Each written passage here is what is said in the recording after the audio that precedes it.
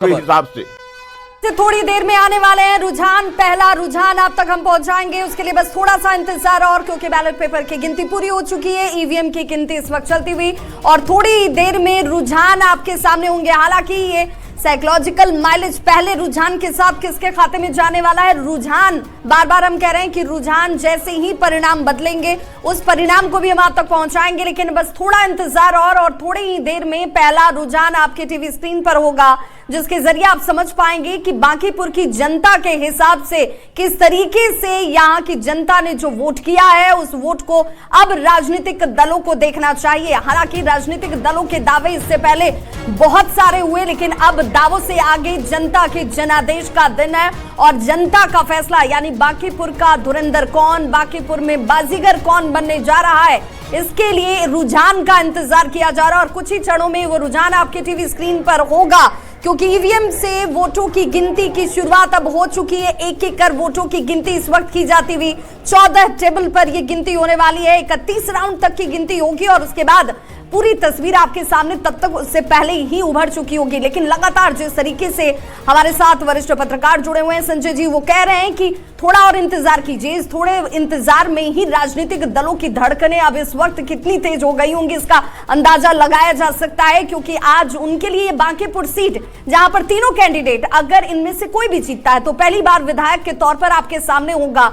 क्या एक बार फिर से बीजेपी अपनी सीट पर जो कितनी सालों से यहां जीतती रही है वही स्थिति नजर आती है, या यहां पर एक नया चेहरा, नया दल आपके सामने होगा जिसकी बातों पर बांकीपुर की जनता ने यकीन किया होगा। लेकिन ये सब कुछ तय कैसे होगा, ये होगा वोटों की गिनती के साथ। रुझान आपके सामने आएंगे और वही रुझान क्या परिणाम में परिवर्तित होते हैं इस पर भी हमारी नजर बनी हुई है। और सीधे रुक कर लेते हैं सहयोगी राहुल का। बिल्कुल, और डॉक्टर पद्मा ओझा जी जनसुराज की प्रवक्ता है, उनके साथ एक बार फिर से जुड़ते हैं। पद्मा जी, चूंकि जनसुराज का पूरा दारोमदार और पूरी जिम्मेदारी प्रशांत किशोर के कंधे पर, प्रशांत किशोर बहुत कुछ खास कर नहीं पाए इस बार, चूंकि चेहरा उन्हीं का सबसे आगे है। अगर इस चेहरे पर भरोसा बांकीपुर की जनता नहीं जताती है तो क्या उनके लिए भी मुश्किल हो जाएगा, प्रशांत किशोर के लिए भी मुश्किल हो जाए? कैसे लोगों को जोड़ा जाए, कार्यकर्ताओं को बूस्टअप कैसे किया जाए? देखिए, कहा जा रहा था कि बीजेपी जो है, बीजेपी का किला है बांकीपुर, और ये बांकीपुर का किला जो है इसमें दरार तो 30 तारीख को पड़ गया था। आज उसको ढहते हुए आप देखिएगा, और ये कहीं ना कहीं ये परिणाम तभी आ रहा है जब लोगों ने प्रशांत जी के चेहरे पर विश्वास किया है।